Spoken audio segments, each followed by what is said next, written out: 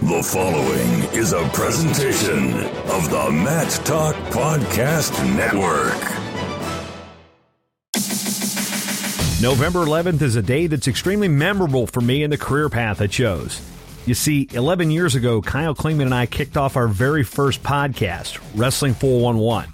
By the way, I'm Jason Bryant, and this is Short Time Shots, a mostly daily look at the scores and more from around the world of wrestling. So back to the story. It was a Jay Robinson idea housed within a brand called Media Sports Productions, the acronym befitting of its home base in Minneapolis. This was the gig I left Pennsylvania for. Rob and Wade Schalles wooed me over the phone from my newly purchased home in Lancaster, Pennsylvania. I saw the pay increase, I saw the chance to continue and further my goals on broadcasting, and a chance to get a fresh start in a new area. Wade left shortly after Kyle and I arrived, and Kyle came from Iowa, me from Pennsylvania. Ultimately, we got left holding the bag with little of the startup money to work with, and Kyle and I limped through a very tough year, one that put both of us at odds with one another and put both of our futures in the sport in doubt. Kyle and I talked about a year ago on our 10th anniversary show of Wrestling 411 about our foray into podcasting and a failed television production. Our first guest that day was Tom Brands. The audio was terrible, our rapport wasn't there, and it might have been one of the worst shows either of us have ever done. Even though I linked it here, I implore you to please don't listen. We sat at Augsburg's KAUG radio studios. Kyle knew this was doomed from the onset. I thought so too, only I held out like the illusion that we could actually pull this off. Well, we didn't. And 11 years later, here we are, and here you are. That was the second known wrestling podcast. Matt Slammers in Iowa was the first, and there was a short-lived show up in Canada for a while too. And after that being said, 11 years gone, a lot of things have changed for the better out of that experience, and man, I do the math. I've distributed, produced, and hosted over 2,400 podcast episodes in that time frame. Of those, I've done over 1,300 by myself. And I don't mean by myself, but I've been a show host for over 1,300 of those. Yikes. Now, before we get to the news, I got an important note from my man Andy Voit, and no, he did not pay me to say his name on the show. It's the time again to think about hosting a Takedown Cancer event at one of your home meets, tournaments, or youth events. Takedown Cancer raises money for the Randy Shaver Cancer Research and Community Fund, where over 91% of all money goes directly to research doctors and other cancer-related projects. Takedown Cancer is an all-volunteer group with no paid salaries and raised almost $250,000.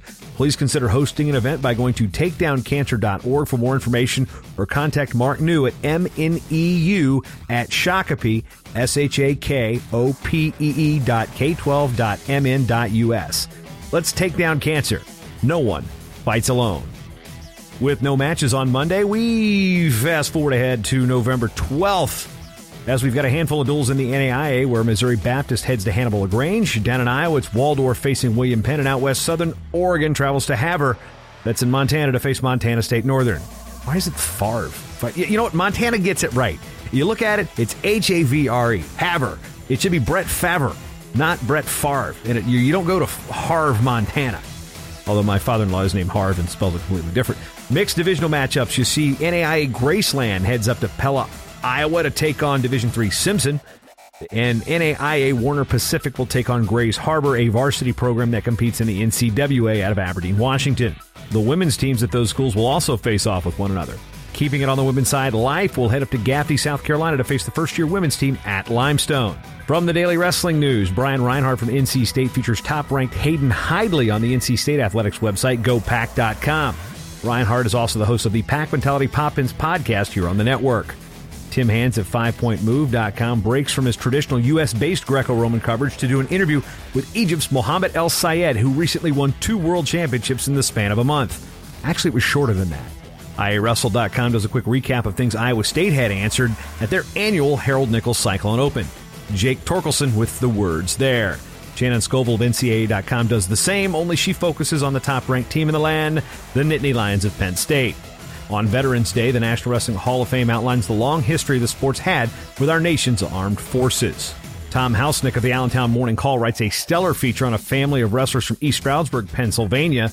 and the struggle the girls had to try to find other girls to wrestle. While the Bebo kids all love the sport, the girls picked it up as their dad taught their brother. Now the oldest sister, Avia, will head to East Stroudsburg University next year to wrestle. She's struggling to get other girls out on her high school team because they've got to go out and wrestle the boys as first-timers. That's a daunting task even for first-year wrestlers that are boys. More from the world of girls wrestling as Fox Channel 6 in Milwaukee notes the sport is one of the fastest growing in the country, especially in the Midwest. The story features girls of all ages and their love for wrestling. Now, one thing I want to make very clear. Do you see all the news coverage that girls wrestling is getting? This is a positive for our sport. It's showing the sport is truly accepting of all shapes, sizes, colors, and genders. To that portion of the population who wants to berate 17-year-old girls for the poor administrative decisions of athletic departments 25 years ago, move on. It's not these girls' fault. We didn't let them compete 30 years ago. End of rant. MMA journalist Damon Martin tweeted last night that three-time NCAA champion Bo Nickel of Penn State had signed with first-round management, indicating Bo's drive to compete in MMA after a run at 2020. The tweet was attributed to first-round management's Malki Kawa. Omcom News reports the region of India known as Odisha on the Bay of Bengal is in line to host the 2020 Asian Wrestling Championships. India has a huge wrestling following, and the metrics discussed by United World Wrestling on their YouTube videos verify that claim. Their news isn't always on point, but they do churn out a lot of it. This one's probably legit. And in lieu of talking about every single Wrestler of the Week award, rest assured the ones I find will be in the Daily Wrestling News. I just don't want to dedicate the entire section of what's in Daily Wrestling News to wows, even though, wait for it, they may have wowed us this week. Yeah, bad. And when I say Daily Wrestling News, I mean like this part of the podcast. Yeah, so all of this, last week, I'm like, wait, that's a lot of them. I can't fill up the whole show with that. So rest assured they're going to be in the newsletter, but I'll point out some notable ones like, the openmat.com naming Tate Orndorff its Wrestler of the Week. That one's deserving of a mention because he beat a pair of All-Americans in Tanner Hall of Arizona State and Jordan Wood of Lehigh on Sunday. He's pretty good. On the network, Kyle Klingman and Andy Hamilton of TrackWrestling.com return with another episode of On the Mat. Their guest this week is Gary Abbott, the longtime Director of Communications at USA Wrestling. The National Wrestling Hall of Fame recently announced Gary would be part of its 2020 induction class, earning the Order of Merit for his years of service. A lot of years. A lot of years. You can get to read those stories and more from Matt Talk Online's daily wrestling newsletter. Sign up for free at MadTalkOnline.com/news and get today's top wrestling stories from around the world delivered to your inbox for free every single morning. The Matt Talk Online daily newsletter is sponsored by Resolite. You want to contribute to this show, this network, this whatever you want to call it, you got a product or something you want added exposure for, give me a ring.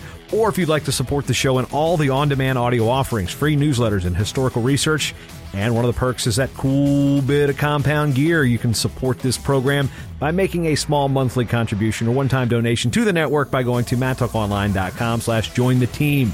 Venmo, PayPal, BuyMeACoffee.com, or Patreon. But the monthly Patreon team is where you get the cool perks like shirts, glasses, hats, digital preview guides, shout-outs on the show, and even a chance to be on the show. As always, I'd like to thank you for spending your time with me because you've always got time for short time. By the way, the speakeasy floor, Dunsky.